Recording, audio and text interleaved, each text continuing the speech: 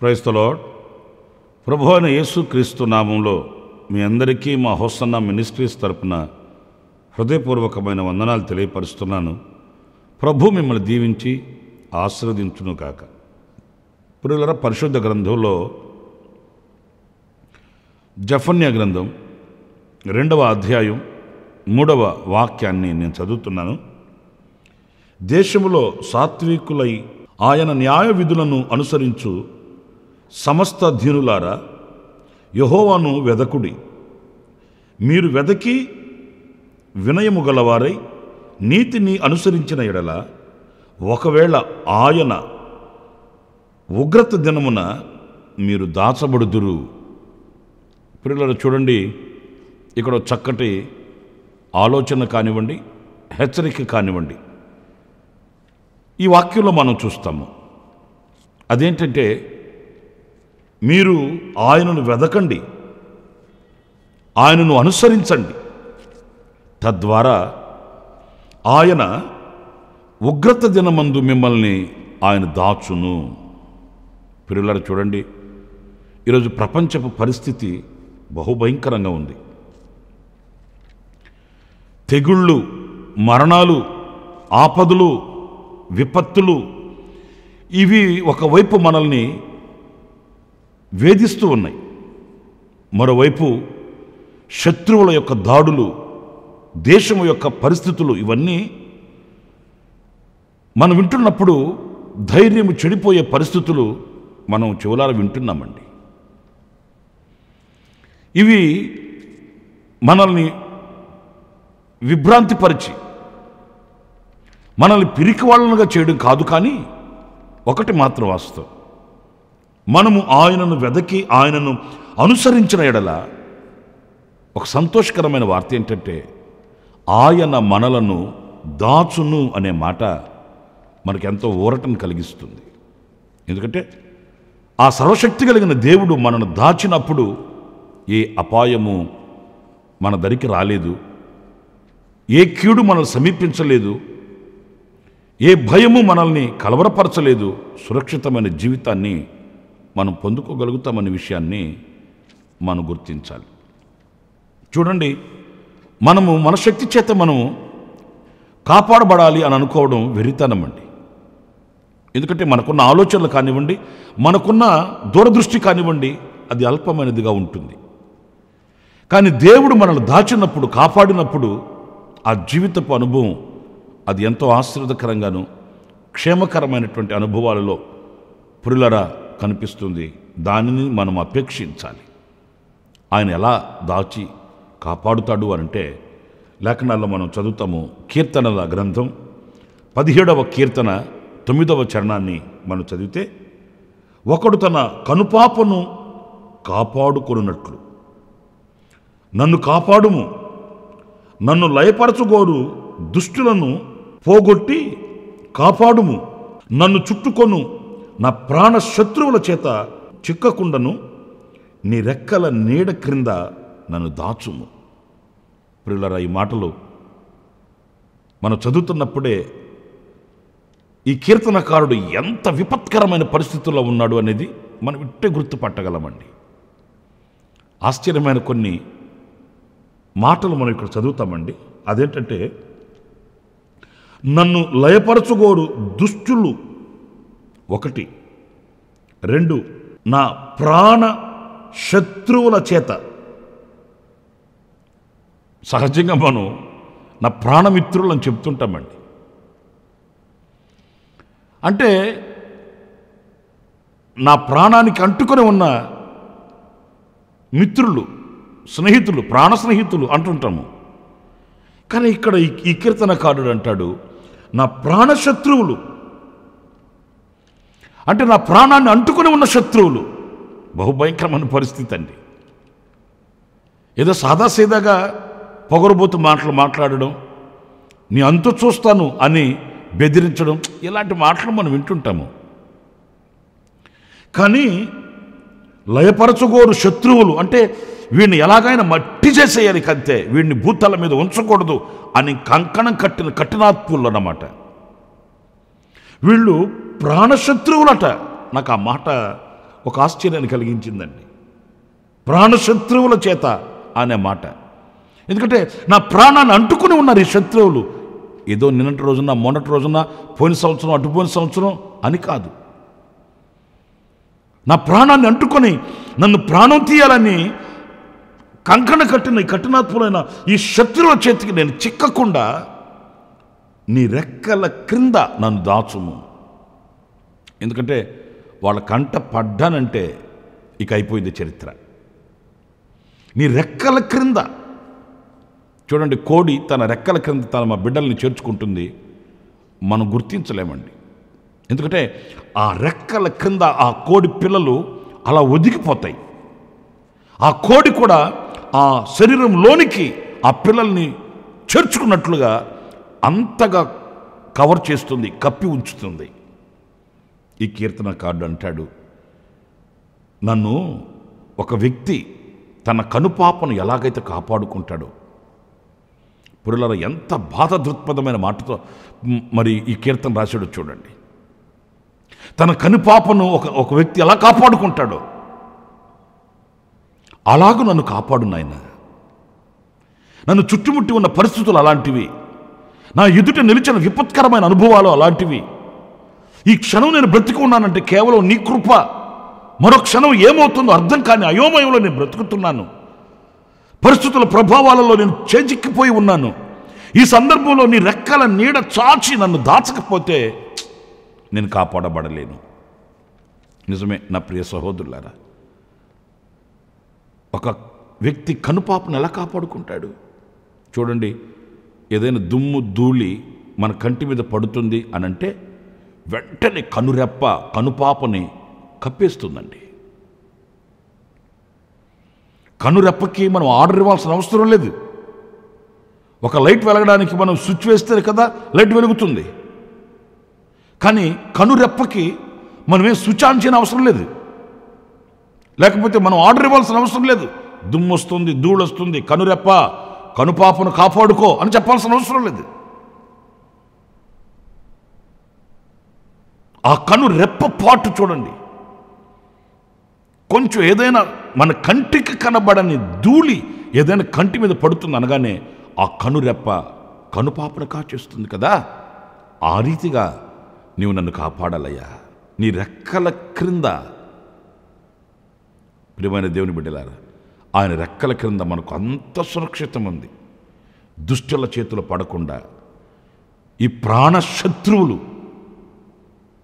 పైకి బాగానే కనబడతారు, కానీ లోపల వాళ్ళు చేసే కుట్రలు అంతా ఇంత కుట్రలు కాదు. పైకి బాగానే పలకరిస్తారు, ఆప్యాయతగా ఉన్నట్లుగానే కనబడతారు, కానీ వెనుకమాలుగా వాళ్ళు చేసే అక్రమమైన కార్యక్రమాలు మనం గుర్తించలేము. మన కంటికి కనబడవు అవి. అలాంటి పరిస్థితులలో కనుపాపని కనురెప్ప ఎలా కాపాడుకుంటుందో అలా నువ్వు కాపాడయ్యా, నువ్వు కాపాడయ్యా. ఇదిగో ఈ రోజున మనం ఉన్న పరిస్థితుల్లో కూడా ఇలాంటి స్థానానికి మనం వెళ్ళకపోతే, ఇలా మన ప్రభు సన్నిధిలో అర్జించకపోతే, ప్రార్థించకపోతే మనం ఎక్కడ కూడా దాచబడలేమండి. మనకు అంత శక్తి సామర్థ్యత లేదండి. ఆ సర్వశక్తి కలిగిన దేవుడు కనికరించి కృప చూపించి ఆయన రెక్కల క్రింద మనల్ని దాచకపోతే మనకు ఆశ్రయమే లేదండి. మనమైనా మన కుటుంబాలైనా కాపాడబడాలి. ప్రియులారా, మనం ఆయన సన్నిధికి వెళ్ళి ఆయన సముఖంలో మనం ఇలాంటి ప్రార్థన మనం చేయగలిగితే ఆయన మనల్ని కాపాడుతాడు. ఆయన మనల్ని దాచి ఉంచుతాడు.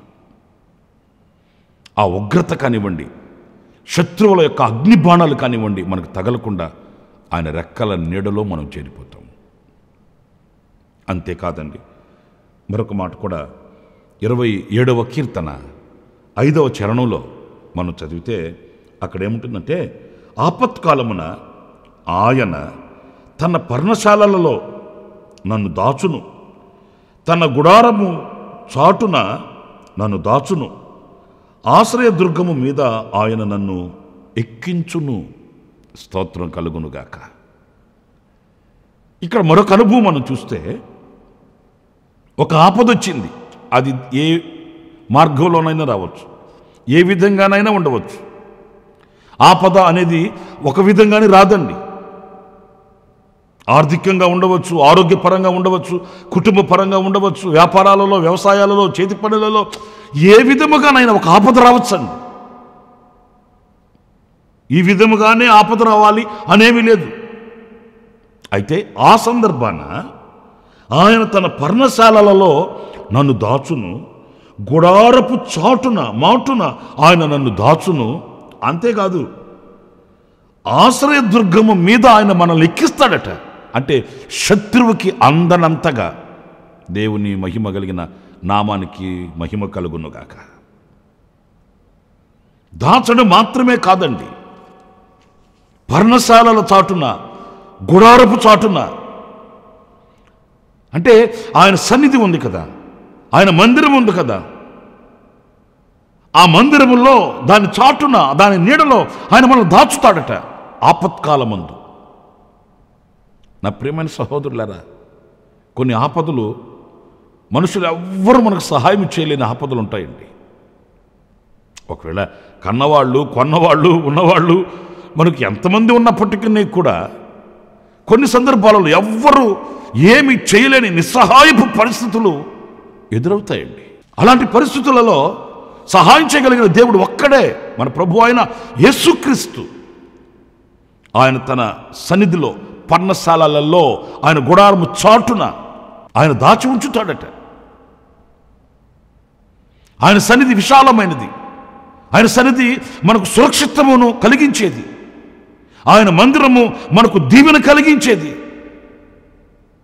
ఆ మందిరము చాటున ఇశ్రాయేలీల సర్వ సమాజం లక్షల కాల్బలం కాపాడబడ్డారండి. ఒక్క గుడారపు చాటున. ఎంత విశాలమైనది అనేది మీకు అర్థం కావాలి. ఇశ్రాయేలీలు లక్షల కాల్బలం, ఈ లక్షల కాల్బలం ఒక్క గుడారపు చాటును బ్రతికారండి. వాళ్ళు బ్రతికిన బ్రతుకు చూస్తే వాళ్ళకి ఏమీ తక్కువ కాలేదు. ఆకాశంలో నుండి ఆహారం వచ్చింది, బండలో నుండి నీళ్లు ఉబికి పొంగి పొర్లినాయి. వాళ్ళ చెప్పులో వారు తెగిపోలేదు, వాళ్ళ బట్టలు పాతకెళ్ళిపోలేదు. ఒక్క గుడారం చాటున లక్షల కాల్బాలం. మరి ఈరోజు నీ కుటుంబం కాపాడబడకపోవడానికి కారణం ఏంటి? ఆయన సన్నిధి చాటున ఆయన దాచుతాడు. నీ కుటుంబం ఆయనకి పెద్ద లెక్కేమీ కాదు. మన కుటుంబాలు ఆయనకి పెద్ద కష్టతరమేమీ కాదు. ఆయన గుడారం అంత విశాలమైనది. లక్షల కాల్బాలాన్ని ఆ ఆశ్రయం క్రింద నడిపించిన ఆ గుడారం ఈరోజున మన కుటుంబాలను కూడా ఆయన గుడారం చాటును దాచిపెడతాడు. ఇశ్రాయేలీయుల జీవిత చరిత్రలో ఎన్నో ఆపదలు, ఎన్నో విపత్కరమైన పరిస్థితులు వాళ్ళకు వచ్చాయి. కానీ ఎక్కడ కూడా వాళ్ళు శత్రువు చేతిలో ఓడిపోలేదు, శత్రువు చేతిలో చిక్కిపోలేదు. దేవుడు ఘన విజయం చేత వారిని నడిపించాడు. ఈనాటికి నీ నడిపించుటకు శక్తి కలిగిన దేవుడై ఇమ్మానుయేలు దేవునిగా ఆయన మన ఎదుట ఉన్నాడండి. అంత మాత్రమే కాదట, ఆయన ఆశ్రయదుర్గము మీద, ఆశ్రయదుర్గం ఒకటి ఉంది, ఆ దుర్గము మీద నాకు చాలా సంతోషకరమైన మాటగా అనిపించిందండి. ఈ మాట ఆశ్రయదుర్గము పైన, దాని పైకి ఎక్కిస్తాడట మనల్ని. ఇంకా శత్రువు ఎక్కడ ఎక్కుతాడేంటి? ఆ శత్రువు కింద కూర్చొని తోక ముడుచుకొని పళ్ళు పటపటపట గురికి తప్పించుకున్నావురా నీవు అనుకుని గుటకలు మింగాల్సిందే, కానీ ఆడు మాత్రం ఆ పైకి ఎక్కలేడు. ఎందుకంటే అది ఆశ్రయదుర్గం. ఆశ్రయదుర్గం ఆ అందని కృపలో, ఎవ్వడికి అందని కృపలో ఆ ఆశ్రయం దుర్గం పైన ఆయన మనల్ని ఎక్కిస్తాడు. ఇక మనం ఆ ఆశ్రయ దుర్గము పైన, ఎత్తైన శిఖరముపై సురక్షితంగా మనం ప్రభువును స్తుతించడమే మన వంతు అవుతుంది. అంతటి గొప్ప దేవుడు అండి మన దేవుడు. లేకపోతే ఈ రోజున మనం సజీవులుగా ఉండేవాళ్ళమా? బట్టగట్టి బైబిల్ పట్టేవాళ్ళమా? సమాజంలో సాక్షిగా ఉండేవాళ్ళమా? మనకంటే గనులు బలము కలిగిన వాళ్ళు దాటుకుని వెళ్ళిపోలేదా? ఈరోజు మనం ఎలా సురక్షితంగా సజీవుల దేశంలో ఉన్నాము అనంటే ఆ ఆశ్రయ దుర్గము పైన మనల్ని ఎక్కించాడు. కాలమైనా, కరోనానైనా, కఠిన శ్రమలైనా, కఠిన వేదనలైనా, కటిక చీకటి అయినా కళ్ళ ముందే దాటుకు వెళ్ళిపోయింది. మనల్ని కదపలేకపోయింది. మన శక్తి కాదు, మన బలం కాదుండోయ్. ఆయన మనల్ని తన ఆశ్రయ దుర్గము పైన ఎక్కించాడు. శత్రువుకి దొరకకుండా మనల్ని అందని కృపలో దాచి ఉంచాడు. ఆ ఎత్తైన శిఖరముపై ఈ రోజున మనం ఒకరిముఖాలొకరు చూసుకోగలుగుతున్నాం అనే విషయాన్ని మర్చిపోకూడదండి. ఇంకొక మాట కూడా నేను మీకు జ్ఞాపకం చేస్తాను. యెషయా గ్రంథం 49వ అధ్యాయం 2వ వాక్యాన్ని చదివితే, నా నోరు వాడిగల ఖడ్గముగా ఆయన చేసి ఉన్నాడు, తన చేతి నీడలో నన్ను దాచి ఉన్నాడు, నన్ను మెరుగుపెట్టిన అంబుగా చేసి తన అంబుల పొదిలో మూసిపెట్టి ఉన్నాడు. స్తోత్రం కలుగునుగాక. ఇక్కడ చూస్తే ఆయన తన చేతి నీడలో, నేను మొదట చెప్పాను రెక్కల క్రింద, అది రెక్కల క్రింద, ఇక్కడ చేతి నీడలో, షాడో, నీడ. ఆయన బలమైన హస్తం అలా చాపి ఉన్నాడు. ఆ నీడలో మనల్ని దాచి ఉంచి ఉన్నాడట. పిల్లల మనము ఆరాధించి మన ప్రభు ఎంత మహిమ కలిగిన దేవుడో, వేనోళ్లతో స్తుతించిన ఆయన రుణాన్ని మనం తీర్చుకోలేమండి. ఆయన అంబుల పొదిలో మనల్ని మూసిపెట్టి ఉన్నాడట.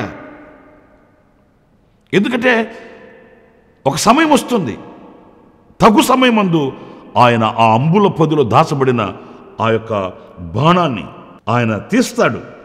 ఆయన చేతిలో బలమైన ఆయుధంగా మనల్ని వాడుకుంటాడు. శక్తి కలిగిన పాత్రగా ఉపయోగిస్తాడు.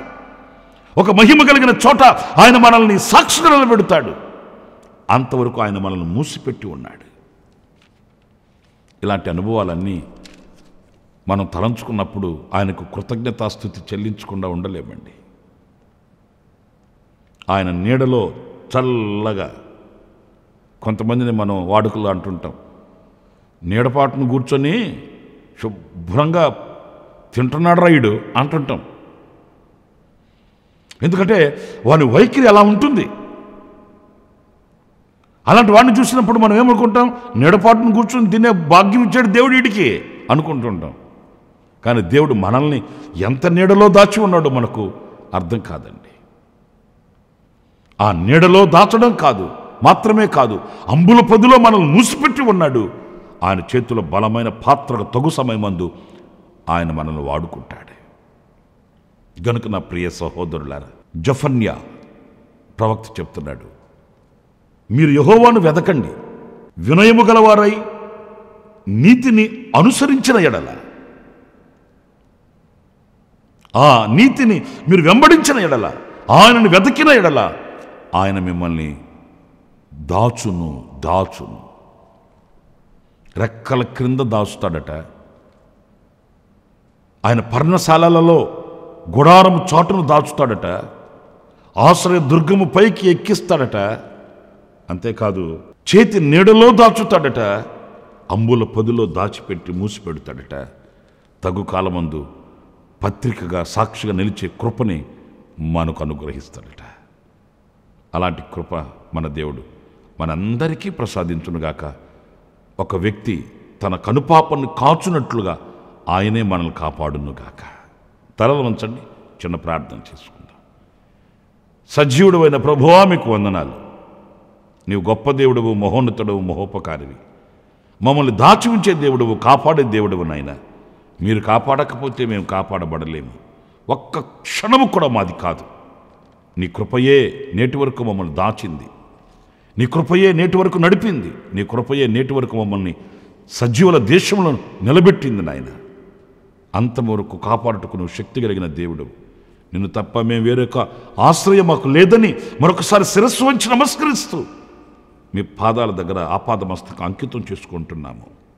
నీ కరుణ, మీ కటాక్షం మా మీద ఉంచి తుది శ్వాస వరకు మీరు మేము ఏకమగు వరకు మీ రెక్కల క్రింద మమ్మల్ని దాచి ఉంచమని నాయనా, దుష్టులు కానివ్వండి, మా ప్రాణ శత్రువులు కానివ్వండి, మమ్మల్ని మట్టి చేయాలని, మా అంతం చూడాలని కాలు దువ్వుతున్న కఠినాత్ముల కనుల ఎదుట కానీ మీరు మమ్మల్ని దాచి ఉంచకపోతే మేము దాచబడలేము.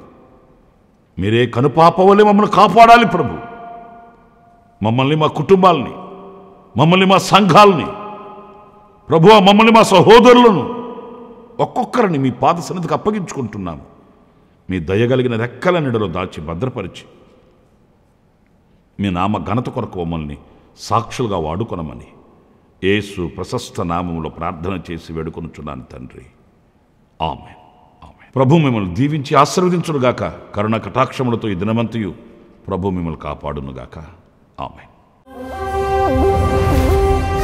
ప్రతి దినము ఈ అనుదిన కృపాను సందేశాల కొరకు, ఇంకా మరిన్ని ఆత్మ సంబంధమైన సందేశాల కొరకు ఈ మా యూట్యూబ్ ఛానల్ ని సబ్స్క్రైబ్ చేసుకోండి. Pastor Ramesh hosanna ministries.